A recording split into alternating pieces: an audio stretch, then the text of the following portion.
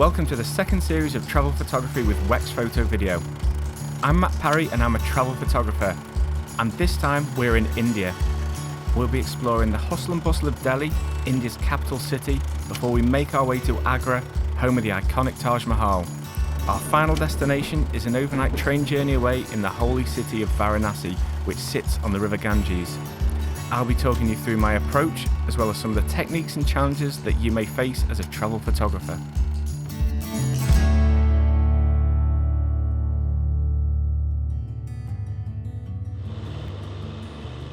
Right, it's about 5:45 in the morning. We've just left the hotel, which is only a short 5 minutes walk away. And we're just now approaching New Delhi train station, where we're going to catch our train to Agra. We're really looking forward to seeing what Agra's got to offer. India has an extensive rail network, and if you're planning on using it, it's best to book your tickets as far in advance as possible, as they get booked up quickly. Right, so we've just arrived at Agra railway station. We're just about to jump in a cab to take us to our hotel.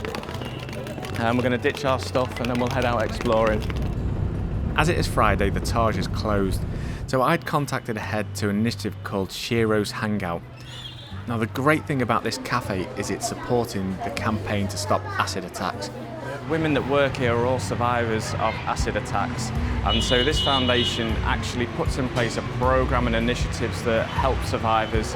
So now we're just going to take some portraits. I've got the G Master 85mm f1.4. It is a wonderful lens for portraits, so we're going to use this. I'm going to probably open it up to about f2.8. It's quite bright out here. We're in the middle of the day.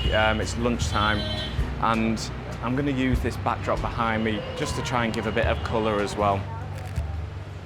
Now, when you travel and do portrait photography, there are always many variables that you just don't know. So with this, we had to find a backdrop that was suitable. So I picked a colourful backdrop, made sure that the light was not directly on their faces, and also then made sure that the women were comfortable and relaxed. And I think that is key to making sure that you get a good natural shot. Now, if you're looking to do something similar to this, I would always recommend getting in touch with them first, and that way you will avoid disappointment of turning up unprepared. This way, the women knew what we were there to do, and they were also more comfortable with us and what we were trying to achieve. The last portraits were with Madhu, and afterwards I was keen to sit down with her and find out more about her story. Now, Madhu didn't speak any English, but through the translator, she was able to tell me her story. Now, when she was a student, a man proposed to her. Now, she declined that proposal, and a couple of days later, he returned and threw acid in her face. And since then, Madhu's life had completely changed. She became a recluse, she was afraid to go out, she was afraid what people would think of her. The Sheroes project has given Madhu and others like her friendship, family, and a community they feel they can belong. Now, an initiative like this isn't always on people's radar when they're doing travel photography or they're visiting a destination. You know, it's quite hard to visit somewhere like this, yet at the same time it's truly inspiring. And I would always recommend looking for initiatives like this where you can get involved in the community, where they're championing causes that have a real impact on society. It's things like this that will make a real difference to your travel photography. Right, we've just jumped in a tuk-tuk. In fact, we've hired this tuk-tuk for the afternoon. And what our driver Khan is going to do is take us to a few different sites around Agra.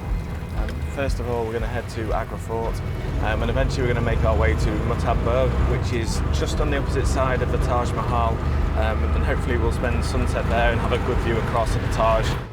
Now, I'm not even through the main gate at Agra Fort, and already I'm putting my photography skills to good use. With that say? It's pretty busy inside here, and also we've probably come a bit too early in the day, so the light is still quite harsh, so it's quite difficult to find a good composition. I've been shooting with the 16-35, so a wide angle, just to try and get some different components, different lines in there, and I might switch it back to a 24-70 in a minute, just see if I can get some bit of colour in it from some of the people that are around, make use of some of the tourists. Agra Fort is another of Agra's must-visit destinations. Only 30% of this sprawling 94-acre site is open to the public, yet you could easily explore this place for hours. As much as I enjoyed the fort, I was actually finding it very difficult to get any shots I like. Time was against me, the light was still harsh throughout our time there, and there were also lots of people around, which made getting clean or pleasing compositions really, really challenging. I mean, if you had just no tourists and a load of kind of like saris walking along, it would look quite nice, but unfortunately it's not quite exciting enough.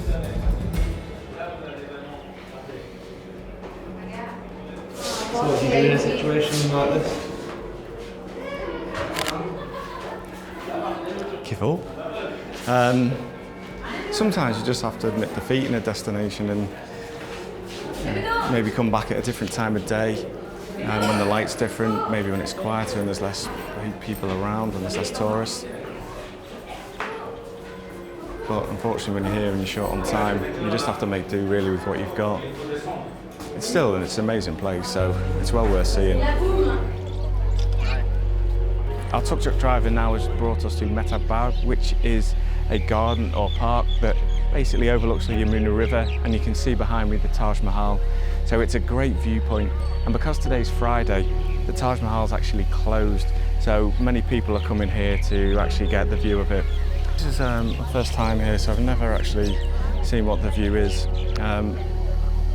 I thought the river actually might come up a bit higher than it does, but unfortunately so there's no reflections that you can get from this side, but it's still very impressive. There's such a haze around actually that it's diffusing the sunlight a bit, so it's not particularly warm coming through at the moment. We've still probably got, as I say, 20 odd minutes to sunset. You can probably hear the whistle of the security guards, so it's time to get out of here. It's been a challenging afternoon, probably photographically. Despite the incredible view, it's not the best image. The light was really flat. I've enjoyed visiting the places, but I've not particularly enjoyed the photography aspect, and sometimes that is just reality. Tomorrow morning we're going to regroup, we're going to come back with a positive attitude, and we're going to visit the Taj on the other side of the river and see up close just how impressive this monument is. Right, we've made it into the Taj Mahal. As you can see, it's absolutely incredible. It's an amazing sight. It's just gone about 6:30 in the morning, and already it's heaving. This place opens at sunrise, and like most places, it shuts at sunset. The light is actually quite nice this morning. There's always a bit of a haze around, so it's just diffusing it a little bit. But yeah, it's quite a sight, really is. When you first come in through the main gate, you've got that classic view, people queuing up to kind of get that view straight down the line. It's a classic view for a reason, it's quite stunning. So I'm not sure if you can catch over my shoulder just here. This is the bench that Lady Diana sat on and had her picture taken. So there's a reflecting pool just here. So what typically happens now is that people queue up forever to try and get their picture taken, just to kind of recreate the pose that she did. It's not really, I don't think it's worth it for me. I'm just getting a picture at the moment just to show the queue. The queue for entry to the mausoleum actually wraps right around the building at the moment. So I'm just using that to just add something a little bit different to the shot. I'm not sure if it'll be working or not, but it's always worth a try. In this morning light, the punchy, vibrant clothes of the visitors are standing out really nice and contrasting against the white marble of the Taj, and this is making for quite a striking shot.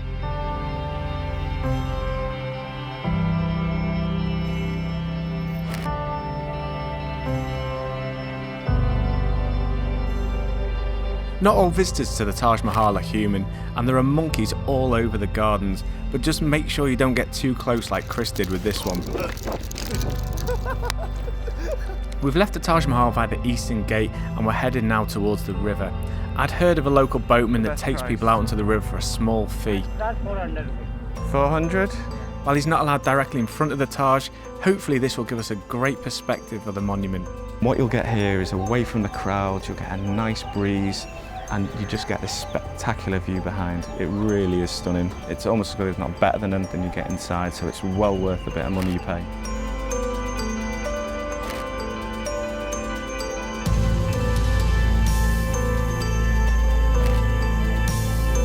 We've had a wonderful morning at the Taj Mahal, and now we've got to contend with an overnight train journey from Agra Fort station, which is going to take us all the way to the ancient city of Varanasi. Just at Agra Fort railway station at the moment, getting ready for our train to Varanasi. Well, it's actually to Mughal Sarai, so we're just seeing if we can find what platform we want to be on. This will be the second train that we're getting on now, and we bought the tickets back in Delhi, and neither of the boards are showing the trains that we're due to be on. But we know it's on platform 2 now, so we're just going to head across to the next platform. When this train behind me came into the station, a load of people piled off, so that was really cool. All the colourful clothes, and when they get off the train, they actually don't bother with the steps, they just jump straight over the tracks, you know, no middle line, so it's fine. It's actually quite a steep jump up as well, and some of them are getting pulled up at the other side, which is a bit crazy, but yeah, it's quite fun to watch anyway. So I just went over and just trying to take a few pictures, and when the kids see you out the windows, they all want their pictures taken. But yeah, you see a man with a camera and they all start crowding around, which is different. So, and we've just been chatting to a couple of guys that were really helpful. They just came and chatted. You know, we tend to attract a bit of attention with the camera and so on. But yeah, chatting to a couple of guys, Umesh and Rakesh, who've just been talking about where they live and how proud they are of where they're from. It's been great, really fascinating talking to them, so really enjoyed that. Took their picture as well, which they obviously love to see. We've probably been at the train station for a couple of hours now, so our 7:15 train that we were very conscientious and got here early for is very late. So we'll probably get to Varanasi about 3 or 4 hours late, we think, at this rate. So we're hot, we're tired, we're still enjoying ourselves, but we're looking forward to getting on the train and having a bit of a rest. And what are you hoping for on the train? I'm hoping for some sleep, a nice clean toilet, and a carriage that's, you know, our own. Are we going to get it? Not a chance. Right, the train's finally here and we've made it on. Welcome to our space, sort of. So we're finally on the train now. We're just getting ready to kind of bunk down, I guess. It's going to be a long journey. We'll be arriving in Varanasi probably about 3 or 4 hours late. So yeah, that'll be about 8 or so in the morning. So hopefully we'll get some sleep and we'll see you there. Did you get your private bunk? We'd hope for a private bunk, and as you can probably see, it's not. But yeah, it's okay. It's semi-private. Where's our friend gone? It's behind you. Oh, is that, is it? No. Just pinch your arse on the way past. Yeah. How long till there? Too long, I think, is the honest answer to that. Yeah, I have no idea, to be honest. It's going to be, well, yeah, your guess is going to be 12 hours maybe. Sleeper train a good idea? In hindsight, I'll tell you in the morning, but I think I'd be quite enjoying a nice, 2-hour plane journey right about now. It's all about the adventure, so yeah, we're gonna love it. So while we've got the next 10 to 15 hours on this train to look forward to, you've got the next episode. Make sure you tune in to Varanasi, which is up next. And in many ways, we've saved the best till last.